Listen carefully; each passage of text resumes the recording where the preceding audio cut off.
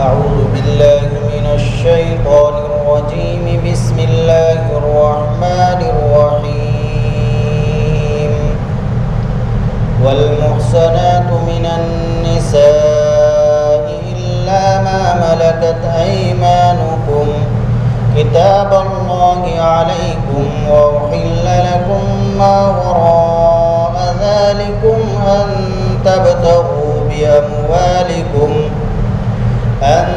تبتغوا بأموالكم محصنين غير مسافحين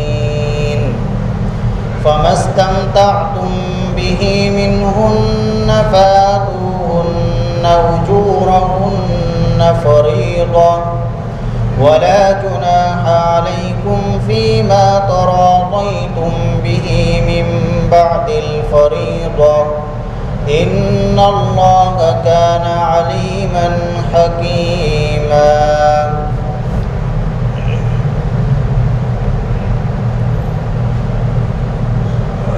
بیان چل رہا ہے ان عورتوں کا کہ جن سے نکاح کرنا شرعاً حرام ہے.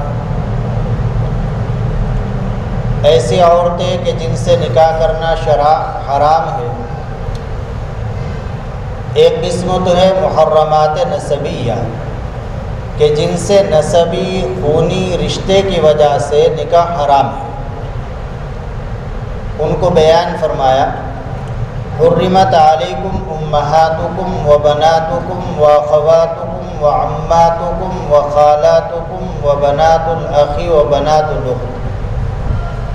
حرام نے تمہارے لیے تمہاری مائیں، تمہاری بیٹیاں، تمہاری بہنیں، تمہاری پھوپھیاں، تمہاری خالائیں اور تمہاری بھتیجیاں اور بھانجیاں.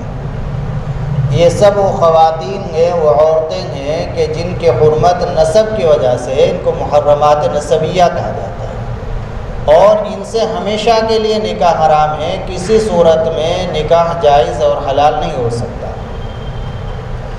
دوسری قسم قرآن نے بیان کی ہے محرمات رضاعیہ کی. وہ عورتیں کہ جن سے نکاح حرام ہے رضاعت یعنی دودھ کے رشتے کی وجہ سے. کسی عورت کا بچے نے دودھ پی لیا ماں کے علاوہ، کسی اور عورت کا دودھ پی لیا تو رضاعی ماں بن گئی، اس کی وہ رضاعی ماں بن گئی. پھر اس کی اولاد سے اس بچے کا نکاح نہیں ہو سکتا. اس عورت کا شوہر جس کا بچے نے دودھ پیا گئے وہ اس کا رضاعی دودھ کا باپ بن گیا. اس عورت کے دیور جیٹھ وہ اس بچے کے تایا اور چچا بن گئے دودھ کے. تو یہ محرمات رضاعیہ. اور ایک تیسری قسم ہے محرمات سحریہ سواد سے اور چھوٹی ہاں سے محرمات بالمصاہرت بھی ان کو کہتے ہیں. دامادی رشتے کی وجہ سے بھی کچھ عورتیں نکاح میں حرام ہو جاتی ہیں جن سے ہمیشہ کے لیے نکاح حرام ہو جاتا ہے. مثلا ساس ہے تو ساس سے ہمیشہ کے لیے نکاح حرام. کسی عورت سے نکاح کر لیا تو اس عورت کی ماں یہ اس مرد کے لیے ہمیشہ کے لیے حرام ہو گئی. تو اس کو کہتے ہیں محرمات بالمصاہرت. دامادی رشتے کی وجہ سے بھی کچھ عورتیں حرام ہوتی ہیں. ایسے ہی اللہ رب العزت فرماتے ہیں والمحصنات من النساء.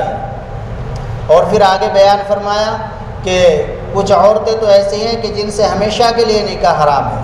کچھ عورتیں ایسی ہیں کہ جن سے ہمیشہ کے لیے نکاح حرام نہیں، بعض صورتوں میں نکاح حرام ہے. جیسے دو بہنیں، بیوی کی بہن سے نکاح کرنا حرام ہے لیکن کب تک کہ جب تک کہ یہ عورت آدمی کے نکاح میں موجود ہے. اگر اس کا انتقال ہو جاتا ہے تو بیوی کی بہن سے نکاح کرنا جائز، یا اس عورت کو طلاق دے دی تو عدت گزرنے کے بعد اس کی بہن سے نکاح کرنا جائز ہوگا. تو دو بہنوں کو ایک ساتھ نکاح میں جمع نہیں کر سکتے. آج کل جہالت کا یہ عالم ہے. علم تو بہت پایا جا رہا ہے لیکن عمل نہیں. اور علم بس صرف زبانوں تک ہے، کانوں تک ہے لیکن دل تک نہیں پہنچ رہا ہے. اصل علم وہی ہے جو دل پر پہنچے.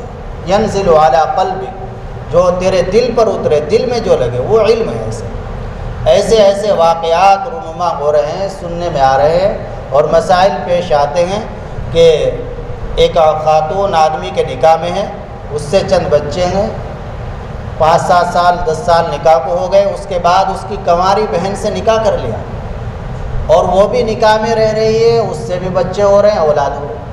یہ کھلی حرام کاری، زنا کاری ہے۔ جب تک ایک بہن نکاح میں ہے تو اس کی بہن سے چاہے 1000 مرتبہ آپ کسی بھی بڑے سے بڑے عالم سے نکاح پڑھا لو، قاضی سے پڑھوا لو، وہ حلال نہیں ہوگی کسی سے پڑھو، جب تک ایک بہن موجود ہے۔ تو ایسے واقعات ہیں، مسائل آتے ہیں کہ اپنی سالی سے نکاح کر لیا، زنا کے تو عام ہی ہو گئے، اللہ رحم فرمائے، زنا سالی سے ایک عام چیز بن چکا ہے اس معاشرے میں ہمارے، تو پھر مسائل، پریشانیاں، حالات امت پر کیوں نہیں آئیں گے؟ اور یہ سب بے پردگی کی وجہ سے۔ تو والمحصنات من النساء، وہ عورتیں جن سے نکاح کرنا حرام ہے، تو ایک قسم شوہر والی عورتیں، اللہ فرماتے ہیں عورتوں میں سے شوہر والی عورتیں بھی تمہارے لیے حرام ہیں، یعنی جو عورت کسی کے نکاح میں موجود ہے تو اس عورت سے نکاح نہیں ہو سکتا، ایک عورت دوسرے مرد سے نکاح نہیں کر سکتی۔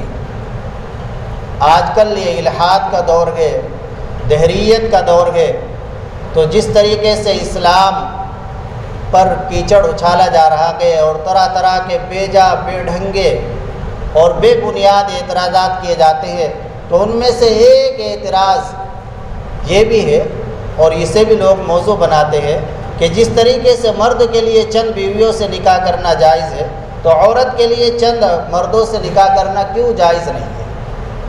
یہ بھی ایک سوال بنایا جاتا ہے، مسلمانوں کو بہکایا جاتا ہے، اسلام پر اعتراضات کرتے ہیں ملحد لوگ۔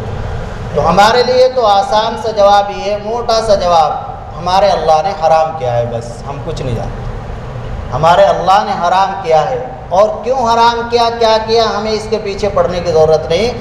اسی آیت شریفہ کے آخر میں اللہ تعالیٰ نے خود فرما دیا، ان اللہ کان علیما حکیما، کہ یہ تمام احکام تمہارے سامنے پیش کر دیے گئے، اللہ جاننے والے ہیں کون ان احکام پر کتنا عمل کرے گا۔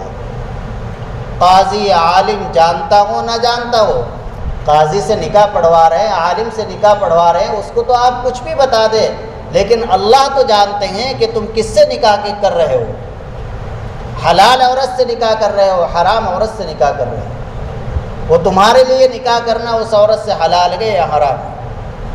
اور آگے اللہ نے اپنی ایک صفت بیان فرمائی، حکیم، اللہ تعالیٰ حکمت والے بھی ہیں، کہ اللہ رب العزت کا ہر حکم حکمت پر مبنی ہے۔ اللہ تعالیٰ شانہ کے ہر حکم میں کوئی نہ کوئی بڑی حکمت چھپی ہوئی ہے، خواہ وہ ہماری سمجھ میں آئے یا نہ آئے۔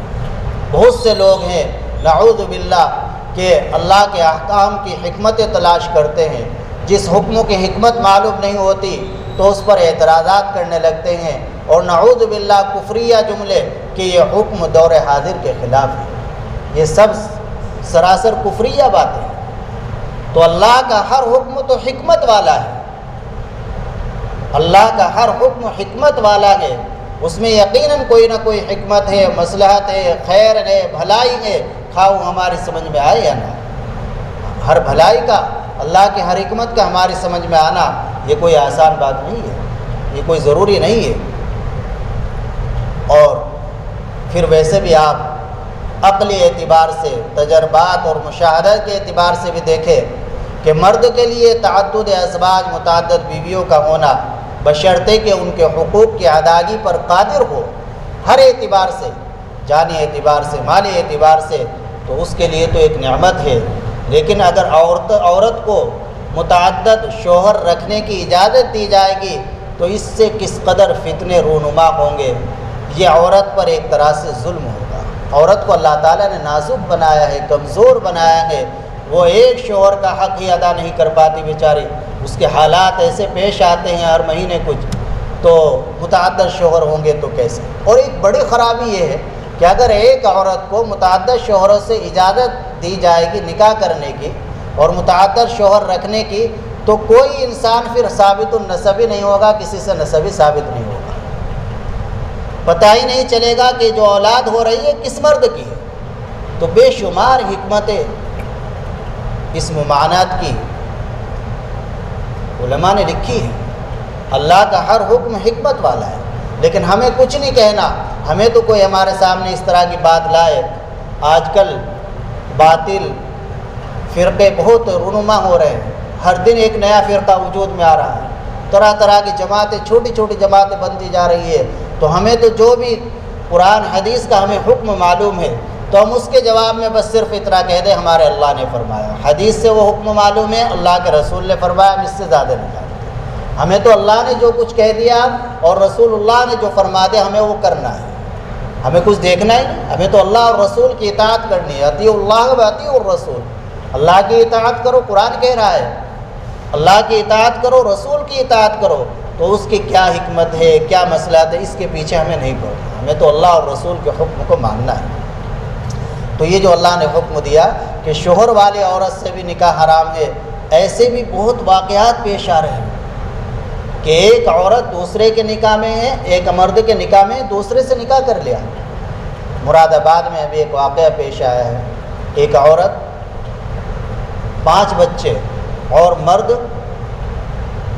کا دوست تھا کوئی، اس کے 7 بچے، لیکن گھر میں آنا جانا تھا، خوب آنا جانا۔ اب جب تعلق مرد دوست ہے شوہر کا تو بیوی سامنے چائے لے کر آتی، ناشتہ لے کر آتی، تو اسی طرح آہستہ آہستہ بات بڑھتی گئی، تعلقات بڑھ گئے۔ پھر یہ موبائل کا دور ہے، فون پر بات ہونے لگی۔ پھر کچھ دن کے بعد ایسا ہوا کہ شوہر کی عدم موجودگی میں بھی وہ مرد آنے لگا۔ پھر کچھ دن کے بعد نوبت یہاں تک پہنچی کہ وہ عورت اس مرد کے ساتھ سفر میں جانے لگی۔ پھر کچھ دن کے بعد یہ نوبت آئی کہ کئی دن تک غائب۔ اب شوہر نے جب تنبیہ کرنا چاہی، جب تنبیہ کا موقع تھا وہ تو اس وقت تو تنبیہ نہیں کی، اس وقت تو غفلت برتی اور شریعت کے احکام کو توڑا۔ اگر شریعت کے حکم کو، اللہ اور رسول کے حکم کو اسی وقت مضبوطی سے پکڑ لیتا تو پھر یہ نوبت نہ آتی۔ تو جب شوہر نے کچھ دھمکی، مارنا پیٹنا شروع کیا تو اس نے اٹھا کر کورٹ میرج کی رسید دکھا دی کہ میرا تو نکاح ہوا۔ ایک مرد کے نکاح میں اس سے 5 بچے اور دوسرے 7 بچے والے مردوں سے نکاح کر لیا۔ وجہ کیا بنی؟ بے پردے کی، دیوس بنا۔ اللہ کے نبی صلی اللہ علیہ وسلم نے دیوس پر بڑی لعنت فرمائی۔ اللہ کے نبی صلی اللہ علیہ وسلم نے ایک روایت میں ارشاد فرمایا 3 آدمی جنت میں داخل نہیں ہوں، 3 آدمی جنت میں داخل نہیں ہوں۔ کون؟ فرمایا مدمن الخمر، شراب کا عادی، دوسرے الرجلۃ من النساء، وہ عورتیں جو مردوں کے ساتھ مشابہت اختیار کرتی ہیں، وہ عورتیں جو مردوں جیسا لباس پہنتی ہے، مردوں جیسی چپلیں پہنتی ہے، مردوں جیسی رفتار گفتار اختیار کرتی ہے، چال چلن۔ دیکھ لیجیے آپ، پینٹ برسر مردوں کا لباس عورتیں پہن رہی ہیں تو وہ جنت میں داخل نہیں ہوگی۔ بہت سے لوگ کہتے ہیں جی میری بچی جنس کی پینٹ پہن لیتی ہے لیکن نمازی بہت ہے، تہجد گزار ہے، کچھ بھی کرتی رہے، اللہ کے نبی نے فرما دیا کبھی بھی جنت میں داخل نہیں ہو سکتی جو مردوں جیسا لباس پہنے، مردوں کی مشابہت اختیار کرے گی جو عورت۔ اور تیسرے فرمایا دیوس بھی جنت میں داخل نہیں ہوگا۔ صحابہ نے عرض کیا اللہ کے رسول صلی اللہ علیہ وسلم مدمن الخمر کا مطلب بھی سمجھ میں آ گیا، عربی جانتے تھے، اور الرجلۃ من النساء بھی سمجھ میں آ گیا، عورتوں کے ساتھ مشابہت اختیار کرنے والا، لیکن یہ دیوس سمجھ میں نہیں آیا، دیوس کون ہے؟ آپ جو فرما رہے ہیں دیوس جنت میں داخل نہیں ہوگا، حضرات صحابہ کی ایک سنت ہے، جو چیز سمجھ میں نہ آئے تو اس کو ادب کے انداز سے معلوم کریں۔ امام صاحب کتاب پڑھتے ہیں، کتاب میں بھی کچھ بات ایسی آ جاتی ہے کہ جو ہماری سمجھ میں نہیں آئی تو اس کو امام صاحب کا قصور نہ سمجھے، اپنا قصور سمجھے کہ میری سمجھ میں نہیں آ سکی، اور پھر ادب سے معلوم کر لے۔ جو بات ادھوری سمجھ میں آئی اس کو بھی مکمل کر لے۔ بہت سی باتیں ایسی پھیل جاتی ہے کہ بیان میں کوئی بات سنی، صحیح سمجھی نہیں، آگے پھیلانے شروع کر دی، اور بیان نام لے دیا فلاں مفتی صاحب بیان کر رہے تھے، فلاں مفتی صاحب، حالانکہ ایسا بالکل نہیں بیان کر سکتے ہو، کوئی بھی نہیں کر سکتا۔ وہ ہمارے سمجھنے کو پہلے اچھی طرح سمجھیں جو بات ہمیں اچھی طرح سمجھ میں آ گئی، جس چیز کا مطلب صحیح سمجھ میں آ گیا وہی آگے بیان کریں، جو ادھوری بات سمجھ میں آئی اس کو بالکل بیان نہ کریں۔ تو صحابہ نے عرض کیا اے اللہ کے رسول یہ دیوس کیا ہے؟ دیوس کسے کہتے ہیں؟ نبی پاک صلی اللہ علیہ وسلم نے ارشاد فرمایا بل لا یبالی من یدخل علی اہلہ، دیوس وہ شخص ہے کہ جسے کوئی پرواہ نہیں کہ اس کی گھر کی عورتوں کے پاس کون آ رہا ہے کون جا رہا ہے، گھر کی عورتیں کس سے پردہ کر رہی ہے کس سے پردہ نہیں کر رہی، کوئی پرواہ نہیں، اسے دیوس کہتے ہیں۔ بیٹی کے بارے میں کوئی پرواہ نہیں کہ میری بیٹی فون پر کس سے بات کر رہی ہے، میری بیٹی کے پاس کون آیا گئے کون اس کا فرینڈ مل کے گیا گئے، کوئی پرواہ نہیں۔ بہن کے پاس کون آیا ہے کوئی پرواہ نہیں، بیوی کس سے بات کر رہی ہے کس سے پردہ کر رہی ہے کس سے نہیں پردہ کر رہی ہے، کوئی پرواہ نہیں۔ اللہ کے نبی نے فرمایا ایسا شخص دیوس ہے اور یہ جنت میں داخل نہیں ہوگا۔ آج یہ جو ہر دن واقعات اخباروں کی سرخیاں بنے ہوئے ہیں، موبائلوں پر واٹس ایپ پر یوٹیوب پر آ رہے ہیں، فلاں لڑکی فلاں کے ساتھ بھاگ گئی، وہ بے شمار واقعات، بے شمار ایسے واقعات کچھ چھپے رہ جاتے ہیں نہیں اخباروں میں آتے، لیکن ہر دن کوئی نہ کوئی واقعہ ایسا پیش آ رہا ہے، ہر دن کوئی نہ کوئی واقعہ۔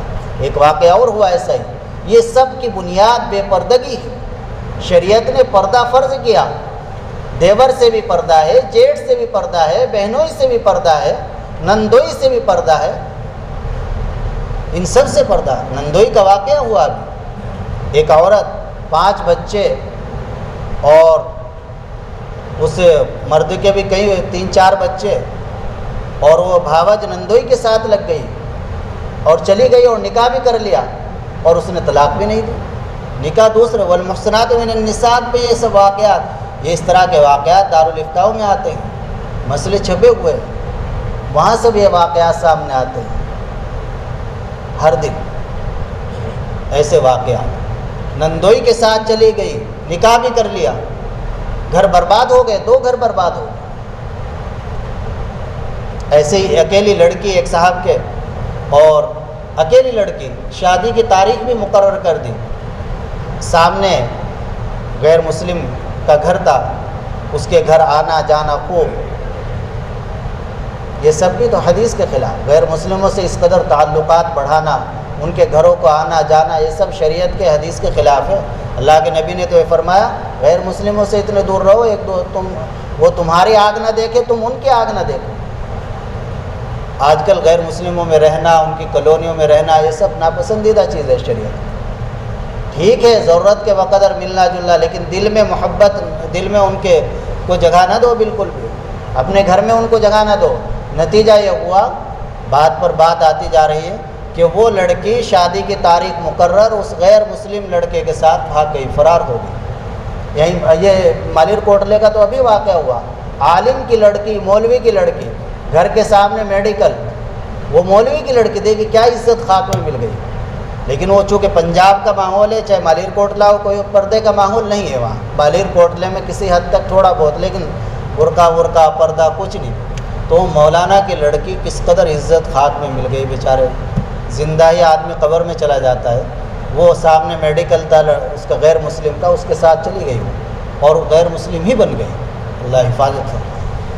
تو یہ سب کہنے کا منشا یہ ہے کہ شرعی پردہ اپنے گھروں کے اندر زندہ کر لیا جائے۔ بس ان سب سے اگر بچنا چاہتے ہو، عزت آبرو کو محفوظ رکھنا چاہتے ہو معاشرے میں، تو بس اپنے گھر کے اندر ایک کام کر لو کہ شرعی پردہ زندہ کر لو۔ شریعت میں جس سے پردہ ہے، ماموں کے لڑکوں سے بھی پردہ ہے، خالہ کے لڑکوں سے بھی پردہ ہے، پھوپھی کے کتنے واقعات، ماموں کے لڑکے کے ساتھ بھاگ گئی، خالہ کے لڑکے کے ساتھ بھاگ گئی، پھوپھی کے لڑکے کے ساتھ بھاگ گئی۔